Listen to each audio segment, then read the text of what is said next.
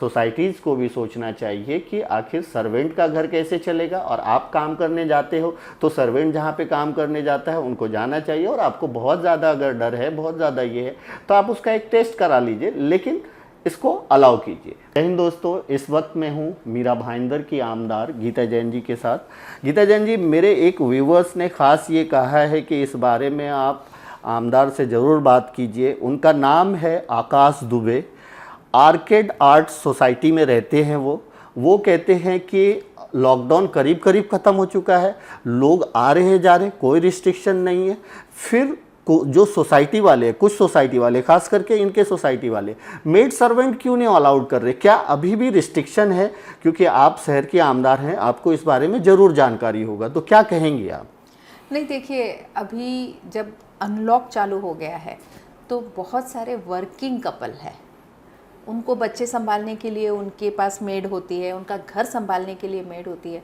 अब अनलॉक हुआ है तो उनको काम पे भी जाना है, तो मेड के आना बहुत ज़रूरी है, तो ही वो जा पाएंगे। तो ऐसी सूरत में सोसाइटी ने बिल्कुल अलाउ करना चाहिए, बल्कि मेड अब नहीं अलाउ करने का कोई कारण ही नहीं है। बहुत ज़्यादा सेफ्टी चाहिए आपको तो मेड का टेस्ट करा लीजिए आप, लेकिन उसको अलाउ कीजिए। आप अलाउ नहीं करेंगे वो नहीं चलेगा, क्योंकि अगर वर्किंग कपल, एक और मेरे पास कपल आया था आज, आपने ये किया तो बहुत अच्छा लगा।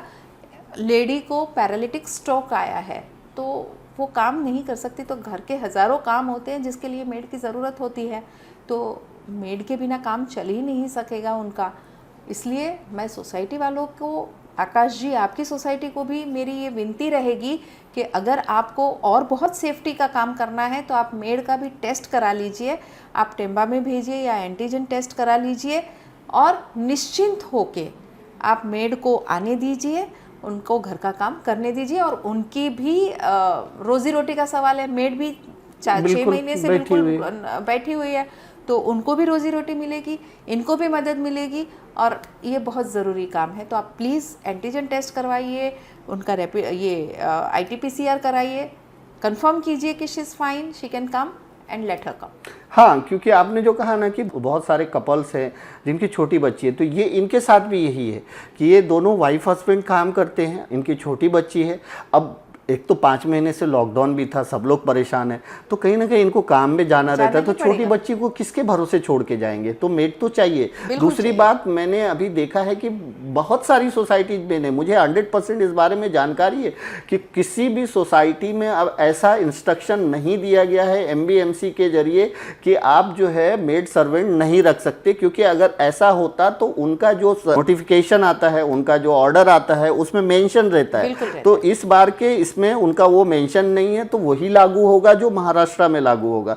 तो ऐसे लोग, दूसरी बात, अगर दूसरी तरफ आप देखें तो ये जो मेड सर्वेंट है, अगर इनको कोई सोसाइटी अलाउ नहीं करेगी, आएंगे नहीं, तो ये अपना घर कैसे चलाएंगे? ये अपने बच्चे को कैसे पालेंगे? ये बहुत बड़ा सवाल है मैडम, मेड सर्वेंट को लेकर। मैं तो आकाश जी से ये कहूंगी कि आपके जो पदाधिकारी है, जो सोसाइटी के चेयरमैन, सेक्रेटरी, क्या आप उनसे पूछ सकते कि जहां वो काम कर रहे हैं वो जा रहे हैं या नहीं?